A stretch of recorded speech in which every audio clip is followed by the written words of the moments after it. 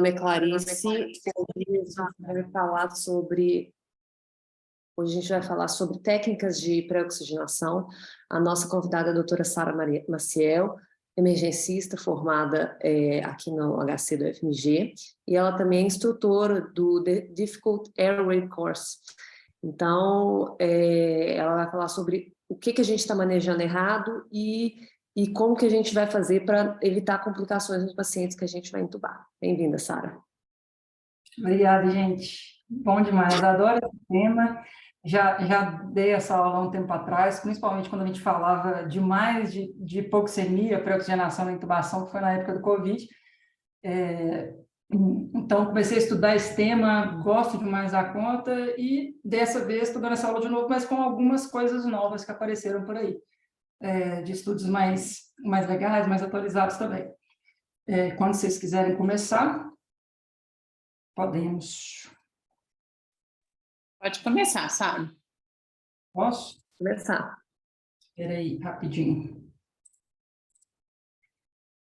Opa, peraí, que foi lá para o final.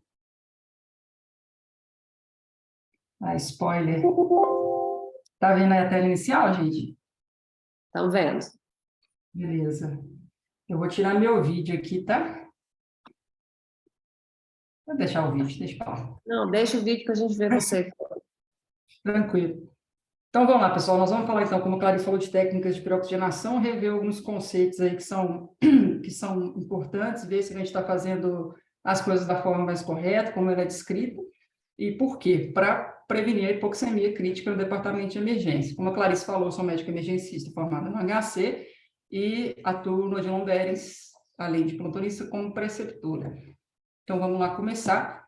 Essa é a nossa programação inicial. Nós vamos falar um pouco dos conceitos, né, da pré-oxigenação, dos objetivos específicos da pré-oxigenação, da importância da fisiopatologia. Depois nós vamos partir para as técnicas propriamente ditas em cenários diferentes, que acho que é o mais importante dessa aula. Vamos falar sobre reoxigenação e oxigenação em apneia. Bom, então vamos lá. Como conceitos iniciais, o que é pré-oxigenar um paciente? É fornecer oxigênio numa concentração alta, né, com uma FiO2 de 100%, para aumentar a reserva de oxigênio daquele paciente, com o objetivo de prolongar o tempo de apneia segura e prevenir a hipoxemia durante a apneia. E como que eu faço isso? Eu tenho três objetivos principais, três objetivos na pré-oxigenação. Eu vou querer que a minha saturação do paciente alcance 100%, ou um mínimo de 93, 95, depende da literatura que você olha. Mas, além disso, além de uma saturação virtualmente de 100%, eu vou querer outras coisas, que é desnitrogenar e oxigenar a capacidade residual funcional do paciente. Por quê? Porque o meu oxigênio não está circulando só na hemoglobina o tempo inteiro. Eu vou conseguir manter uma reserva de oxigênio grande no pulmão, e à medida que aquela hemoglobina vai saturando durante o tempo de apneia, ela vai conseguir ser ressaturada por aquele oxigênio que está na capacidade residual funcional. E, além disso, o meu terceiro objetivo, que é um pouco menos importante do ponto de vista quantitativo e numérico, eu vou querer desnitrogenar e oxigenar a corrente sanguínea. Só um segundinho. A gente sabe, então, que esses dois primeiros eles são obrigatórios, imperativos, né? Mas a desnitrogenação e a oxigenação sanguínea, elas têm como efeito uma menor contribuição na pré-oxigenação, né? Se for comparar o volume ali que fica na hemoglobina, na capacidade residual funcional, com o volume que fica dissolvido no sangue, eu tenho 5% só do volume de oxigênio dissolvido no sangue. E, falando em volume, por que isso é tão legal?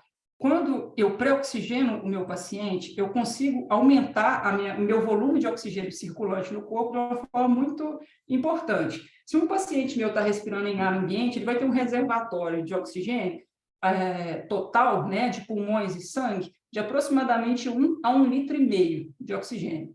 Depois de uma pré-oxigenação com 100% de FiO2, né, por tempo adequado, com as técnicas adequadas, eu posso ter um volume circulante de 3,5 a 4 litros, considerando os pulmões e o sangue.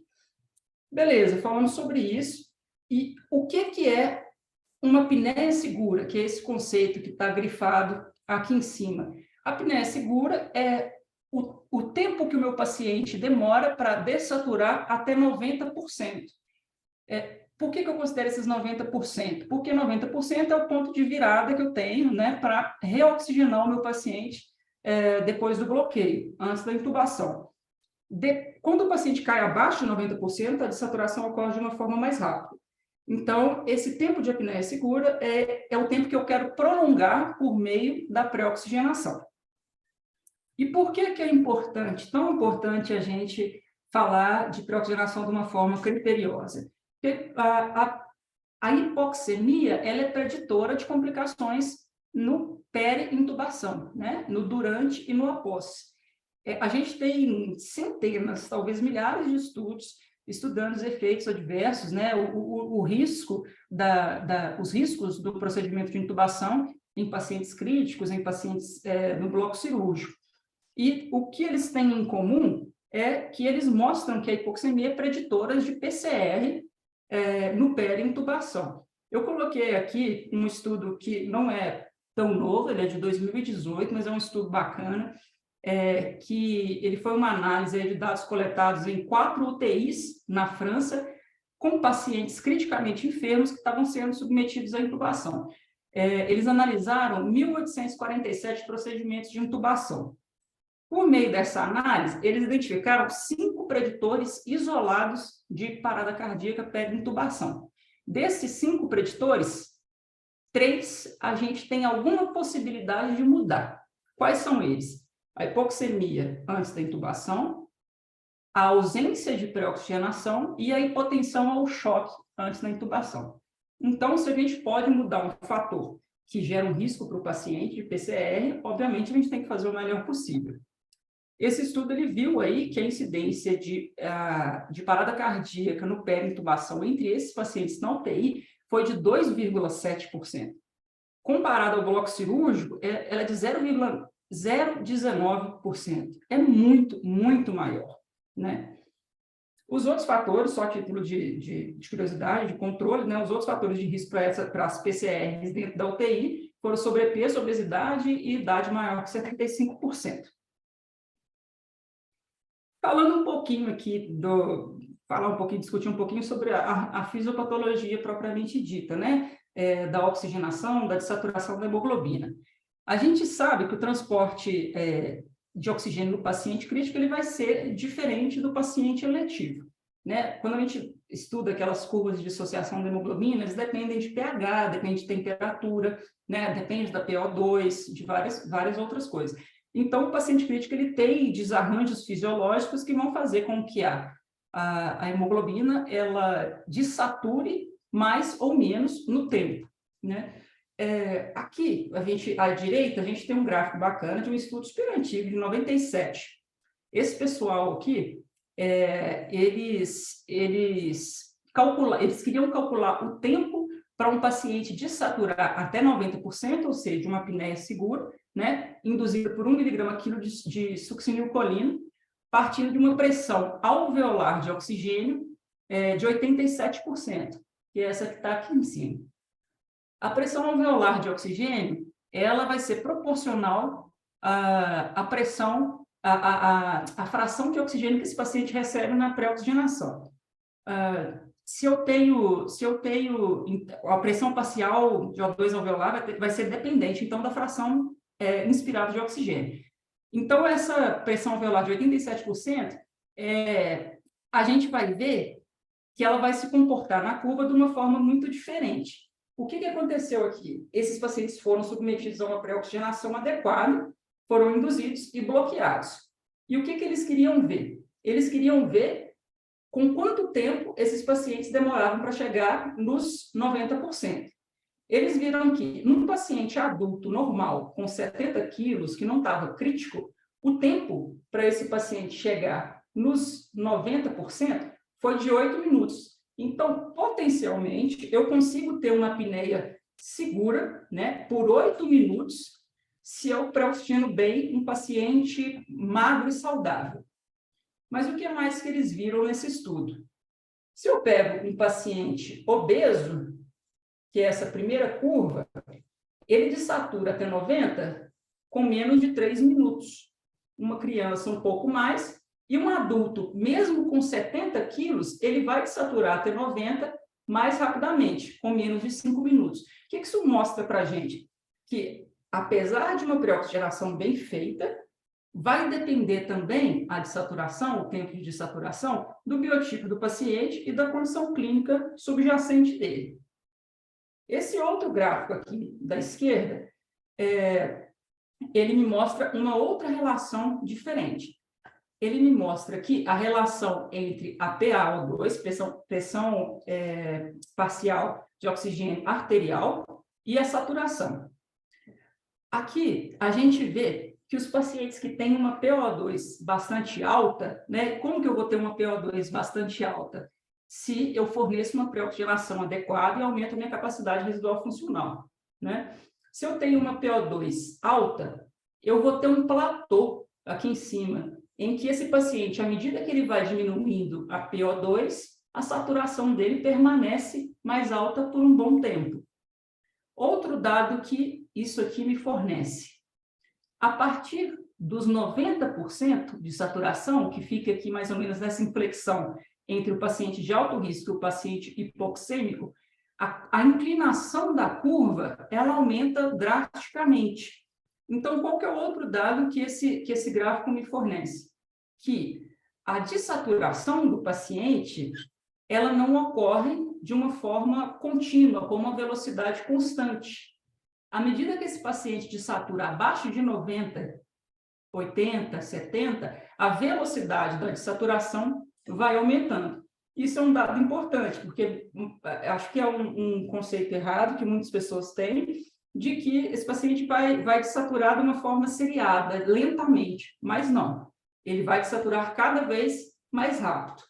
E o que é comum acontecer? Às vezes, a paciente, quando chega ali próximo de 90%, 88%, as pessoas se apressam. Em vez de reoxigenar aquele paciente, elas vão tentar proceder com a laringoscopia de qualquer forma.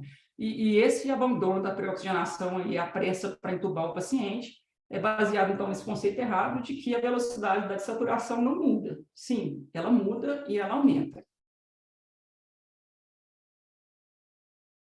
Bom, começando agora, então, com os princípios gerais de pré-oxigenação. Como que eu vou obter, então, uma saturação de 100% e uma desnitrogenação com oxigenação da capacidade residual funcional?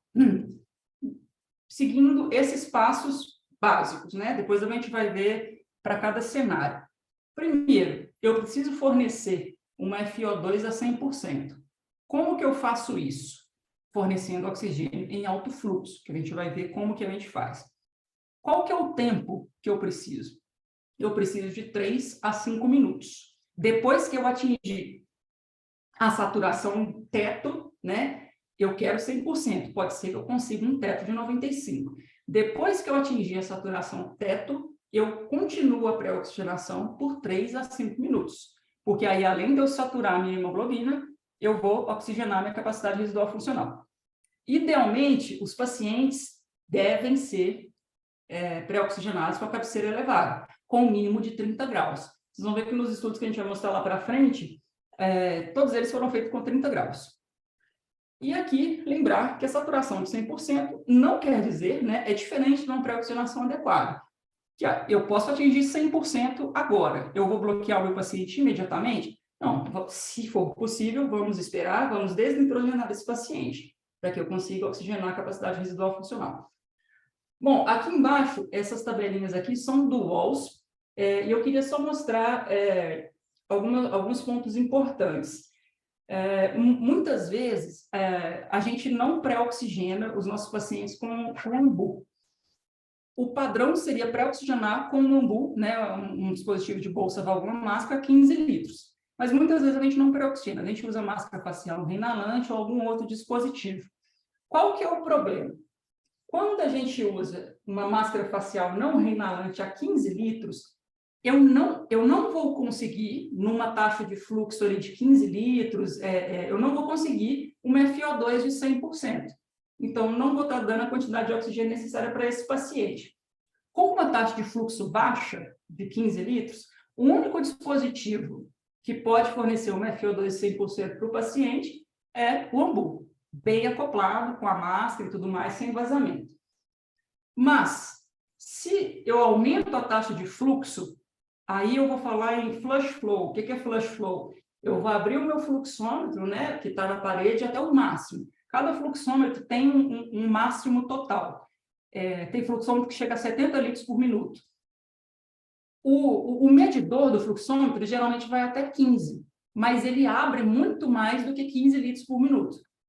Então, se eu abro todo o fluxômetro, né, com uma taxa de fluxo bastante alta, maior que 40, por exemplo, aí sim, a minha máscara não reinalante, aqui está errado, ela atinge uma fração, né, uma FiO2 de 100%. Isso é importante, porque, por exemplo, outros dispositivos a baixo fluxo, a gente viu aqui que não alcançam uma FiO2 de 100%, mas com um flush flow eu posso alcançar próximo de 100%. E aí eu trouxe esse estudo que é bastante legal. E qual que é a importância desse estudo? O padrão para a gente pré-oxigenar os pacientes sempre foi descrito, então, com uma máscara facial, um AMBU, né, a 15 litros por minuto, ou com uma máscara facial não reinalante em flush flow. Só que a gente não tinha tantos dados legais e objetivos para mostrar que a máscara facial não reinalante realmente não era inferior à bolsa válvula máscara. E aí esse estudo aqui, ele tentou mostrar isso. Então, um ensaio clínico cruzado com 26 indivíduos saudáveis. E o que que eles queriam estudar aqui? Exatamente isso que eu estou falando, que a máscara facial não reinalante em flush flow, e eles definiram flush flow aqui entre 50 e 54 litros por minuto, era não inferior ao AMBU, a 15 litros por minuto. Como que eles mediram isso? Pela fração expirada de oxigênio após 3 minutos de pré-oxigenação. E aí, eles recrutaram esses voluntários, então, saudáveis, e cada voluntário foi submetido a diferentes métodos de pré-oxigenação por 3 minutos. Foram submetidos, então, a máscara simples em flush flow, a máscara não reinalante a 15 litros, a máscara não reinalante em flush flow e a AMBU a 15 litros por minuto. Esse estudo queria mostrar, então, a não inferioridade da máscara facial não reinalante em flush flow. E eles definiriam isso por uma diferença percentual de 10% na quantidade expirada de oxigênio ao final da pré-oxigenação.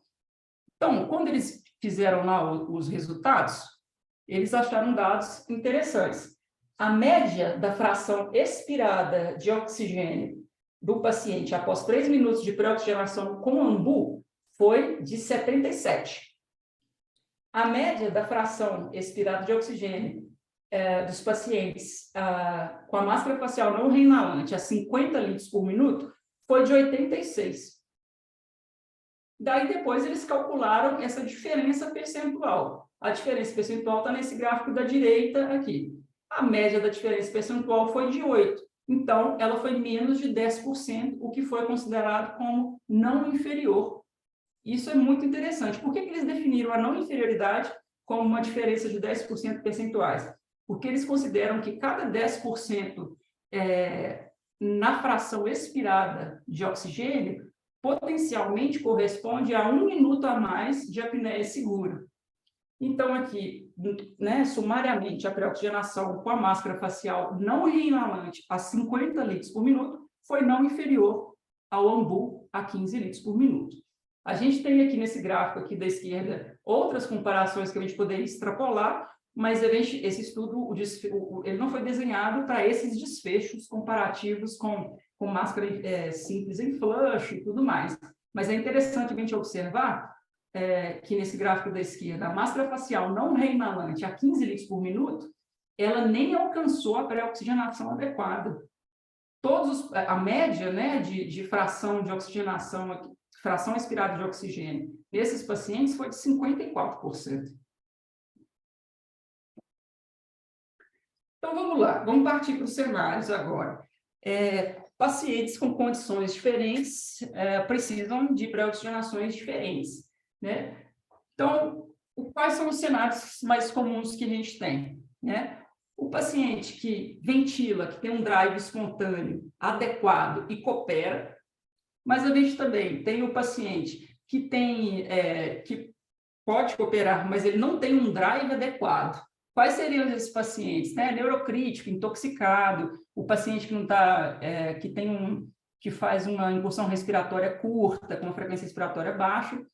A gente pode ter também o paciente que tem um drive espontâneo, às vezes um drive bom, mas não coopera. Esse aqui é o tipo de paciente hipoxêmico, né? Que começa a ficar agitado, tira a máscara. E os pacientes hipoxêmicos com shunt. Quem que são esses pacientes? Os pacientes que têm substituição alveolar, né? Em vez de ar, eles vão estar com algum tipo de líquido, secreção, entre outras coisas. Pacientes com SARA, pacientes com congestão pulmonar. E aqui entram também os pacientes com choque. Por que entram os pacientes com choque? Porque os pacientes com débito cardíaco reduzido, eles vão voltar com uma saturação venosa de oxigênio bem mais baixa. Então, para eu manter a saturação da hemoglobina num nível adequado, eu vou precisar de uma pré-oxigenação melhor, né? Porque esses pacientes também vão desaturar mais rápido. Então, vamos lá para o primeiro cenário, né? É o paciente que ventila adequadamente e coopera. Esse é o paciente que todo mundo quer, né? É o paciente que tem um drive bom e que está cooperando com a sua pré-oxigenação. Como que eu vou fazer isso? Esses pacientes, em geral, eles têm uma boa reserva pulmonar também, né? Não tem shunts, estão estáveis. Pacientes eletivos, às vezes, que vai entubar para algum procedimento. Beleza, e como que eu vou fazer isso? Eu vou fazer isso com um dispositivo bolsa válvula máscara, né? Um AMBU, bem acoplado a 15 litros por minuto, ou, como a gente viu naquele estudo, que não é inferior, uma máscara não reinalante com um flush flow. Então, vamos colocar aí 50 litros por minuto. Aí eu atingo uma FO2 de 100%. Vou fazer uma pré-oxigenação de 3 a 5 minutos. Paciente, coloquei aqui até sentado, né, num paciente que está super cooperativo, mas pelo menos com a cabeceira elevada a 30, e eu vou manter essa pré-oxigenação até o bloqueio neuromuscular completo. Ou seja, eu preciso manter a fonte de oxigênio naquele paciente bem acoplada até que ele faça completa apneia. Depois a gente vai ver por quê. Enfim, o paciente, então, que está colaborativo, não tem nenhum tipo de acometimento pulmonar, virtualmente, né, assim, potencialmente, depois de 8 respirações profundas, você já consegue uma pré-oxigenação adequada. O paciente letivo. E um paciente que não é obeso e que é saudável, a gente viu naquele gráfico, nos slides anteriores, que a gente consegue um tempo de apneia segura, né, uma saturação maior que 90%, de até 8 minutos. Eu falei lá atrás, no slide anterior, sobre manter a fonte de oxigênio no paciente até que ele faça uma apneia completa. E por que que isso é tão importante? Entre os pacientes que precisam de intubação em sequência rápida, na emergência, muitas vezes os dispositivos que são usados, eles são retirados de uma forma muito precoce. Às vezes existe uma dúvida aí, o paciente, perdeu o drive, não perdeu o drive, está em apneia, não está em apneia, fasciculou, não fasciculou. E aí, esse estudo veio para mostrar o efeito da retirada precoce daquela fonte de oxigênio daqueles pacientes. Foi um estudo prospectivo, né, com voluntários, não eram voluntários saudáveis, eram pacientes, mas que eles não estavam sendo submetidos à intubação, mas tinham outras condições clínicas subjacentes. Então, o que que eles fizeram? E outra coisa, perdão, o objetivo desse estudo, então, eles queriam determinar quanto tempo ou o número de incursões respiratórias que esse paciente demorava ou levava para perder a pré-oxigenação que você fez. E como que eles mediam a perda da pré-oxigenação? Por uma quantidade de oxigênio expirada menor que 70, né? Uma fração de oxigênio expirada menor que 70. E aí, o que que eles fizeram? Eles pegaram esses 42 pacientes não críticos e submeteram a uma pré-oxigenação. Como que foi essa pré-oxigenação? Eles usaram a máscara facial não reinalante em flush flow e usaram, por baixo, um catéter nasal a 10 litros por minuto. Mantiveram esses pacientes ventilando por 4 minutos. E aí eles fizeram 2 medidas diferentes nos mesmos pacientes. Uma das medidas, né, eles mediam antes de retirar a fonte de O2. E uma das medidas, então, eles retiravam as 2 fontes de oxigênio depois da pré-oxigenação, depois de 4 minutos. E aí eles iam medindo a fração expirada de oxigênio ao longo do tempo. E iam olhando também o número de incursões respiratórias e pareando isso com a fração de oxigênio. Depois eles repetiram o mesmo procedimento com os mesmos pacientes, mas eles mantiveram o catéter nasal a 10 litros por minuto. E aí eles fizeram as mesmas medidas. E aí a gente teve dados interessantes. No grupo em que eu retirei as 2 fontes de oxigênio depois da pré-oxigenação, esse paciente levou 20 segundos, a média, né, desses pacientes foi de 20 segundos para perder a pré-oxigenação, ou de 4,5 incursões respiratórias. Depois de 2 minutos, todos os pacientes perderam a pré-oxigenação. Nos pacientes que mantiveram a cânula nasal a 10 litros por minuto, o tempo médio para perder a pré-oxigenação, para chegar a uma fração expirada de oxigênio menor que 70%, foi de 39 segundos ou 8 incursões respiratórias. É o que a gente consegue ver aqui no gráfico. Nesse gráfico de cima aqui, então, tem a fração expirada de oxigênio. Essa linha aqui é dos 70%. Aqui, ó, depois dos 20 segundos, que é aqui, se eu olhar os pontinhos azuis, são os pacientes sem nenhum oxigênio, sem cânula nasal após os 4 minutos. Todos os pacientes, após 20 segundos, já não tinham uma pré-oxigenação mantida, perderam a pré-oxigenação. Por que isso é importante? Porque realmente, muitas vezes, na pressa, ou às vezes na desatenção mesmo, de não observar se o paciente está realmente em apneia, a gente retira as fontes de oxigênio precocemente. E aí aquele paciente respira uma fração de oxigênio muito menor, a 21% em ar ambiente. E aí ele perde a pré-oxigenação, todo o trabalho que você teve. Isso reduz o tempo de apneia segura e potencialmente pode predispor aquele paciente a outros desfechos negativos, né? O paciente a um maior risco de PCR. E outro dado também importante é que se você prolonga o tempo de apneia segura, né? Se você prolonga o tempo em que a sua fração expirada de oxigênio fica acima de 70%, você consegue laringoscopar o seu paciente com mais facilidade e ter uma maior probabilidade de intubar aquele paciente da primeira tentativa. Então, vamos lá para o segundo cenário agora, que é o paciente que ventila inadequadamente, né? Quem que são esses pacientes? São os pacientes que fazem bradiapneia, hipopneia, apneia, por algum motivo, ou o paciente que desatura antes de você terminar o seu bloqueio. Conceitualmente, a gente não ventila ativamente, né? A gente não ambusa o paciente durante a pré-oxigenação ou durante o período de apneia até fazer a laringoscopia. Mas isso é proibido? Se vocês olharem no Walls, no UpToDate, entre outras coisas, isso não é proibido. O paciente que precisa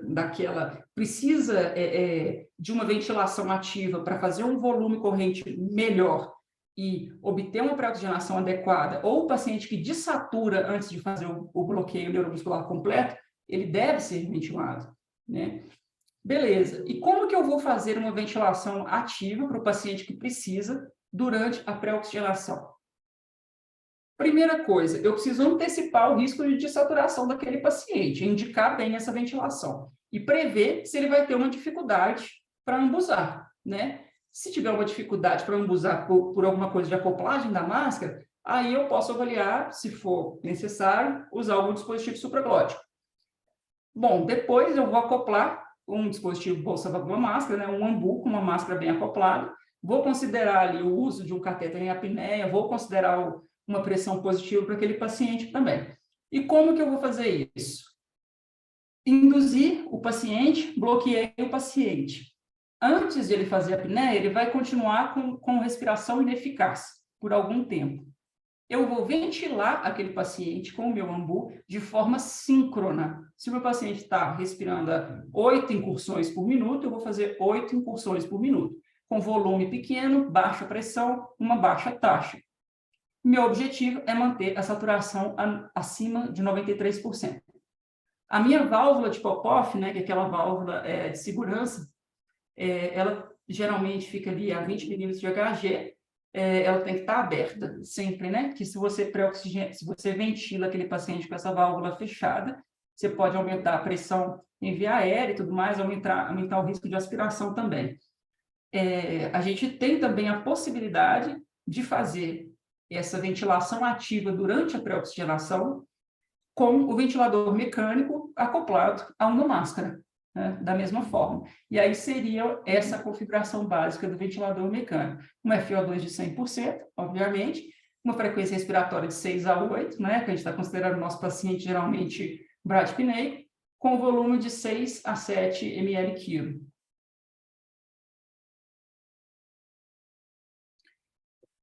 E aí, muitas vezes, quando a gente faz isso durante o procedimento de intubação em sequência rápida, a gente ventila, depois de fazer as medicações e antes de laringoscopar, muita gente chama a atenção da gente, fala, não, você não pode fazer isso. Como eu já falei, já é descrito há muito tempo que a gente pode e deve fazer isso para os pacientes que precisam, né? E aí, veio esse estudo aqui em 2019, se eu não me engano, foi 2019 mesmo, que saiu no New England, que esse estudo, o objetivo dele, na verdade, o objetivo dele era ver se os pacientes que eram ventilados ativamente, né, ambusados, entre a indução e bloqueio e a laringoscopia, se eles desaturavam menos. Foi um ensaio multicêntrico, né, um estudo que não foi cego, mas foi randomizado, e eles pegaram pacientes críticos mesmo, pacientes em terapia intensiva, que foram entubados por N motivos, insuficiência respiratória, hipoxemia, relaxamento do nível de consciência e tudo mais.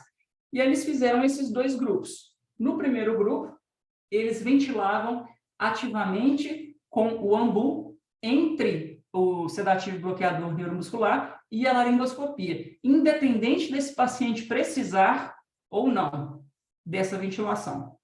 E o outro grupo, eles não ventilavam obrigatoriamente, só quando fosse estritamente necessário. Por exemplo, o paciente desaturava entre as medicações e a laringoscopia.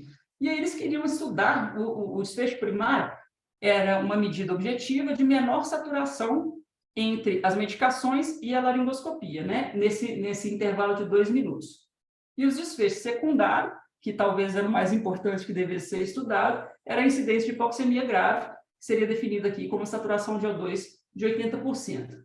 E aí, o que eles encontraram? Que entre os pacientes aqui que foram ventilados e não ventilados, a saturação de oxigênio daqueles pacientes que estavam sendo ventilados ativamente entre as medicações e a intubação, né, propriamente dita, a média da saturação foi maior. Nesse gráfico aqui de cima, a gente vê essa linha horizontal mais larga, ela mostra a média da saturação dos pacientes que estavam sendo ventilados ativamente. E aqui, em vermelho, essa barra horizontal mostra os pacientes que não estavam sendo ventilados. A gente vê aqui que foi menor essa saturação, então. Mas o desfecho secundário talvez fosse mais importante. Seria a saturação menor que 80%. A gente vê aqui também que os pacientes vermelhinhos, a gente teve uma incidência maior, né? A incidência de hipoxemia grave entre os pacientes que não foram ventilados foi de 22,8% comparado aos pacientes que foram ventilados, que foi de 10,9%. Aqui a gente tem um gráfico para os grupos, né? Então, entre os pacientes que estavam sendo ventilados ativamente, que são os azuis, a quantidade de paciente aqui, então, bem baixinha, né, com saturação menor que 80%, e muito mais baixinha, com saturação menor que 70%. Oh, desculpa.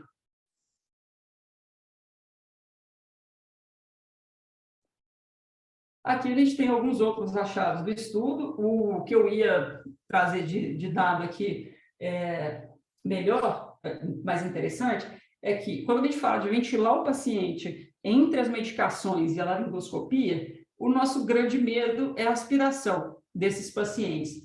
E aqui, eles viram, olha só, esses pacientes que foram ventilados ativamente, comparativamente aos outros pacientes, eles não tiveram um achado radiográfico, uma incidência maior de achado radiográfico relevante, né, em comparação aos pacientes que não foram ventilados. E, entre outros desfechos aqui também, entre outras coisas analisadas, não teve nada de muito importante. Não foi um estudo feito para analisar a segurança do procedimento, mas o que foi interessante da gente ver nesse estudo, que a gente tem que pensar?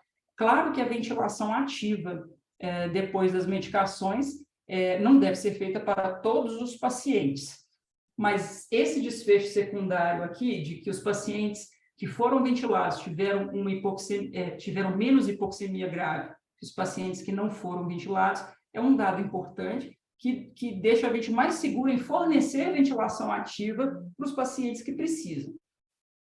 Apesar de o estudo não ter sido desenhado para um desfecho de segurança, né, que é a incidência de pneumonia, por exemplo, ou um achado radiográfico povo, também foi interessante a gente ver isso aqui, que esses pacientes que foram ventilados não tiveram uma incidência maior. Bom, vamos passar para o próximo cenário, então. Os pacientes que ventilam bem, mas não cooperam. Quem que são esses pacientes? Geralmente, os pacientes em insuficiência respiratória com hipoxemia crítica, eles podem ficar agitados, né? Um delírio, uma agitação psicomotora importante. Isso, muitas vezes, inviabiliza mesmo, praticamente não deixa a gente pré-oxigenar esses pacientes de uma forma adequada. Então, é comum que o paciente fique tirando a máscara o tempo inteiro, né?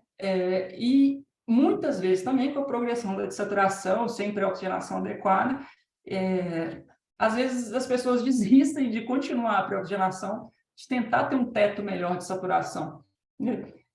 E aí procedem com a intubação e o paciente vai dessaturar de uma forma muito mais rápida. E aí, o que é diferente o que pode ser diferente para esses pacientes? Quando a gente fala em sequência rápida, que seria o método de escolha para a maior parte dos pacientes na emergência, ela consiste na administração quase simultânea, né, seguida de um indutor ou um bloqueador neuromuscular, sem ventilação ativa para os pacientes que não precisam, né? E o que a gente pode fazer pelos pacientes? A gente pode quebrar essa sequência. Não é uma coisa totalmente diferente, a gente só vai espaçar o momento em que a gente dá o indutor e o bloqueador neuromuscular. Funciona como uma sedação para um procedimento. O que eu vou fazer, então? Eu vou dar o meu indutor de escolha, né, que aqui vai ter que ser a ketamina, alguns lugares descrevem a dexmedetomidina também, né, o Precedex, mas a ketamina é o que a gente tem mais acesso e é uma medicação de administração mais fácil, que eu posso fazer em bolos, né? Então, eu vou administrar a ketamina numa dose de 1 a 1,5 miligrama por quilo, e depois da administração da ketamina, quando o meu paciente estiver dissociado, eu vou fazer a minha pré-oxigenação de forma adequada. Se o meu paciente tiver um drive bom e não tiver uma patologia pulmonar importante, subjacente, eu posso fazer isso, às vezes, com uma máscara facial não renal anti-flush flow. Mas eu posso também fazer com VNI, caso esse paciente precise, né, se ele não atingir uma saturação boa. Então, eu vou administrar a ketamina, fiz a dissociação. Então, depois que o paciente dissociar, eu vou começar a minha pré-oxigenação. Quando eu conseguir a minha saturação teto, né, uma saturação idealmente acima de 93, 95, eu aguardo mais 3 a 5 minutos. Isso é o ideal. Depois que o paciente conseguiu ficar naquele platô com a saturação mais alta, no maior tempo, eu vou administrar o meu bloqueador neuromuscular. Vou manter a fonte de oxigênio, obviamente, até o final do efeito completo do bloqueador neuromuscular, até a apneia, né? E aí eu entubo meu paciente. É simplesmente uma fragmentação da sequência, né?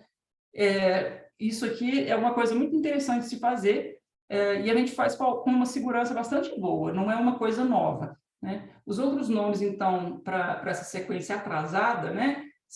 Delay Sequence Intubation, é uma sequência lenta, atrasada ou retardada. Outros nomes que a gente vê para essa sequência é de sequência estagiada de intubação. E aí, por último, a gente tem outro cenário, são os pacientes que têm um shunt intrapulmonar fisiológico, né? Vamos dizer, Então, aqueles pacientes que têm algum tipo de substituição alveolar, por exemplo, por líquido, por secreção, atelectasia. Então, o oxigênio vai chegar ali dentro, vai chegar até os alvéolos, né, os bronquíolos, mas aqui dentro vai estar substituído. Então, a minha troca gasosa com o capilar vai estar prejudicada. O meu sangue que chega até lá vai ser oxigenado de uma forma inadequada, né? E aí, esses pacientes, eles vão ser extremamente difíceis de intubar, de pré-oxigenar, perdão. Os alvéolos vão estar praticamente fechados. O shunt, ele é a principal causa de má oxigenação dos pacientes na emergência, principalmente aqueles que já estão em uso de oxigênio suplementar.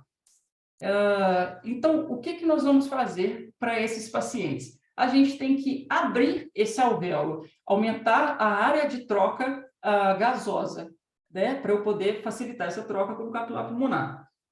E como que eu posso fazer isso? Fornecendo pressão positiva para esse paciente. Aqui, à direita, a gente vê uma tabelinha de estratificação de risco de hipoxemia, que é bastante legal. Os pacientes aqui de baixo, alto risco para hipoxemia, e os pacientes que estão hipoxêmicos mesmo recebendo já alguma coisa de oxigênio. Os pacientes aqui que estão em baixo risco de saturação são aqueles pacientes que estão com oxigênio com uma saturação de 96% a 100%. Esses pacientes talvez possam receber, talvez não, podem receber uma pré-oxigenação com uma massa preferencial não revelante, não vão precisar de uma pré-oxigenação com pressão positiva, e eu posso manter o catéter nasal em apneia durante o bloqueio neuromuscular até a intubação. Os pacientes em alto risco de saturação são aqueles que, mesmo com oxigênio em alto fluxo, eles vão saturar entre 91% e 95%. Para esses pacientes, eu já tenho que considerar a pré-oxigenação em pressão positiva, né? E aí nós vamos ver como que eu posso fazer isso. Que eu posso fazer tanto com uma VNI, né, um CPAP, ou um ventilador em modo CPAP ou BiPAP, mas também com um AMBU, com uma válvula de PIP. Eu mantenho, né, a fonte de oxigênio junto com o catéter nasal em apneia. E para os pacientes que estão hipoxêmicos, né, com a saturação de oxigênio menor que 90%, a despeito de uma fonte de oxigênio com FO2 de 100%, eu obrigatoriamente pré-oxigeno esse paciente com pressão positiva. E mantenho o catéter nasal em apneia a 15 litros.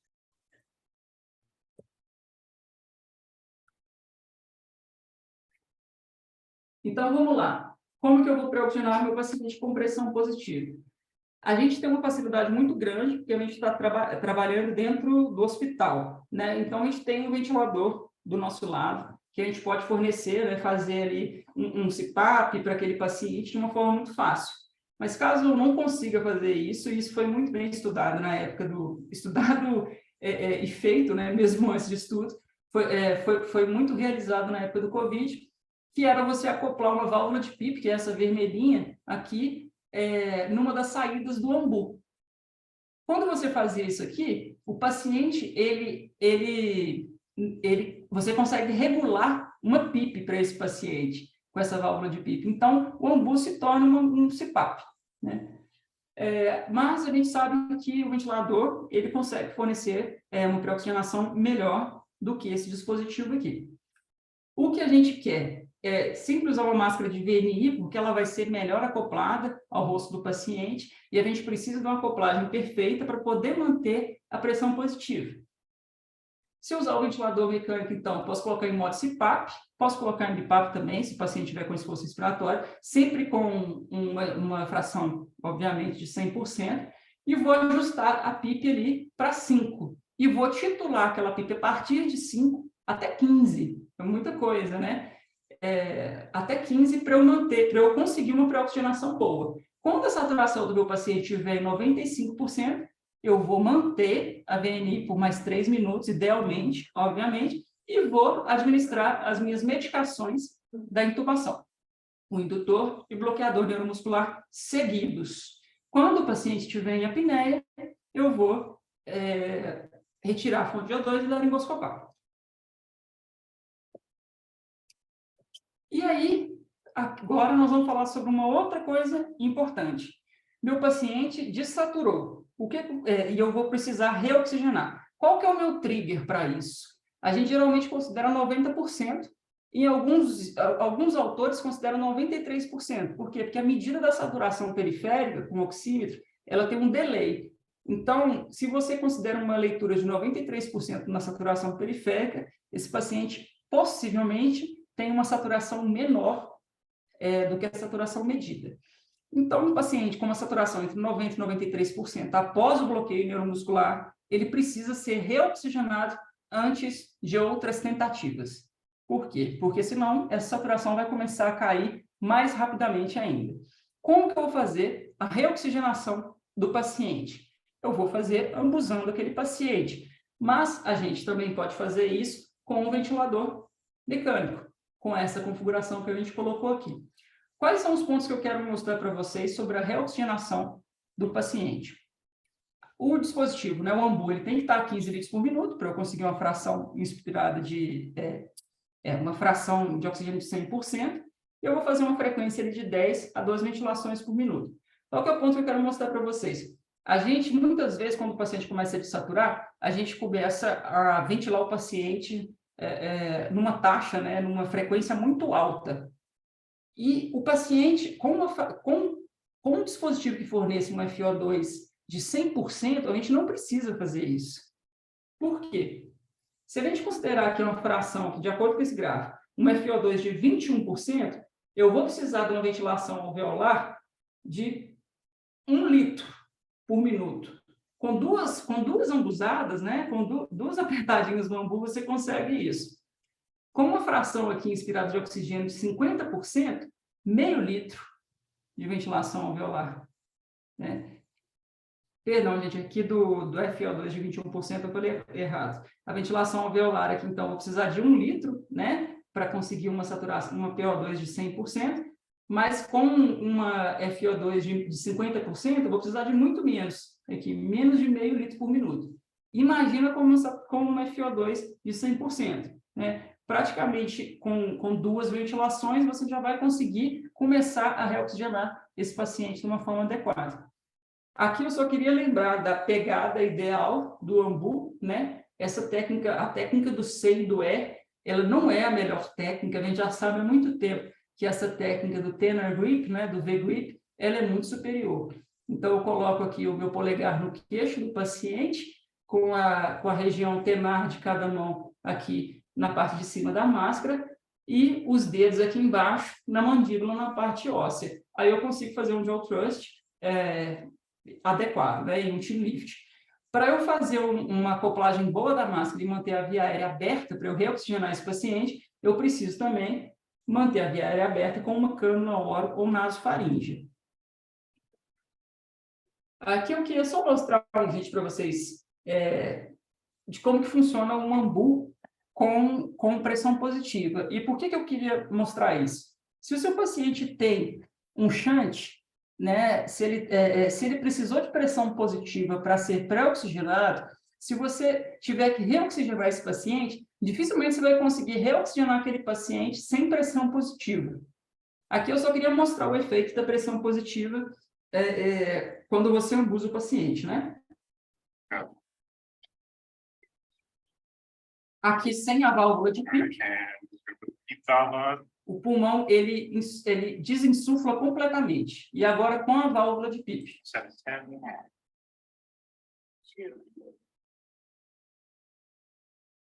Você percebe que o pulmão ele continua expandido mesmo quando eu não estou ambusando o paciente. Então, mantém a alvéola aberta por mais tempo, facilitando as trocas gasosas.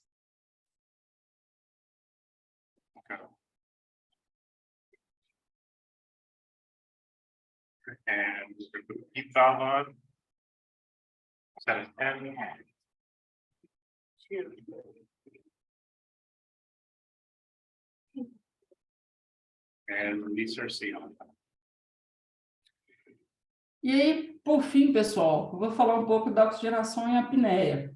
O que é a oxigenação em apneia? É você manter uma fonte de oxigênio no paciente, mesmo quando ele está bloqueado, né? Você começa a fornecer esse oxigênio durante a pré-oxigenação e mantém esse paciente até o posicionamento, mantém essa fonte de oxigênio até o posicionamento do tubo. Já também não é uma coisa nova, uma coisa que a gente já tem um hábito de fazer no Odilon há bastante tempo.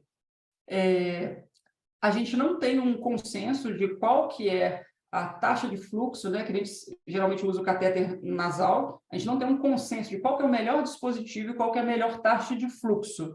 Usualmente, a gente usa uma taxa de 10 a 15 litros no catéter nasal convencional. Mas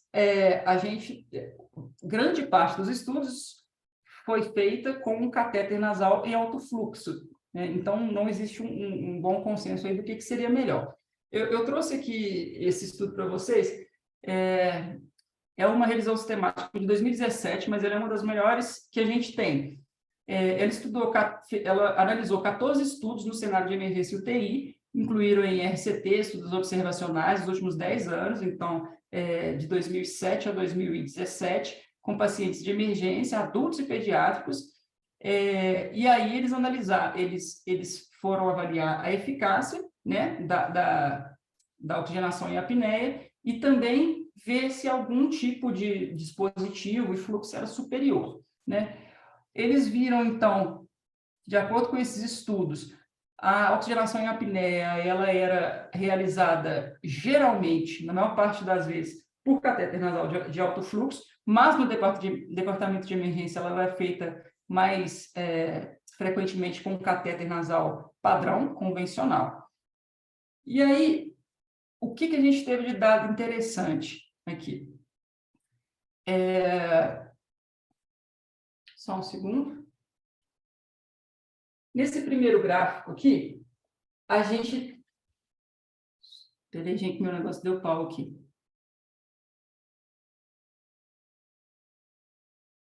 Nesse primeiro gráfico aqui, a saturação de oxigênio, a hipoxemia... Perdão, gente, deu um problema aqui.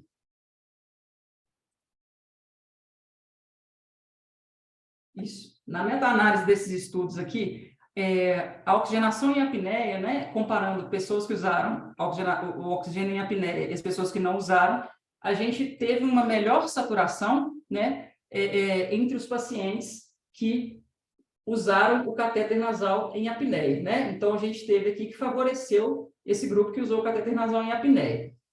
Não houve uma associação entre a oxigenação em apneia e uma taxa menor de hipoxemia ameaçadora à vida, né? Que foi assim, de 70%, aqui o negocinho cruza o 1. Mas houve um outro dado muito interessante. A taxa de sucesso na intubação na primeira tentativa, ela foi maior entre os pacientes que utilizaram a oxigenação em apneia. E não foi tão descrito por quê, mas a gente pode, talvez, pensar um pouco nisso. Talvez o catéter nasal em apneia, ele aumente o tempo de apneia segura, ou seja, isso me dá um pouco mais de tempo para eu poder melhorar a minha laringoscopia. Eu aumento o tempo de apneia segura, então isso me dá maior possibilidade de eu entubar aquele paciente na primeira tentativa. E isso a gente sabe, né, que entubar o paciente na primeira tentativa é associado a um menor risco de complicações no pé-intubação. Pessoal, era isso que eu queria falar para vocês. Essa é a bibliografia. Se tiverem dúvidas ou qualquer outra coisa, estou à disposição.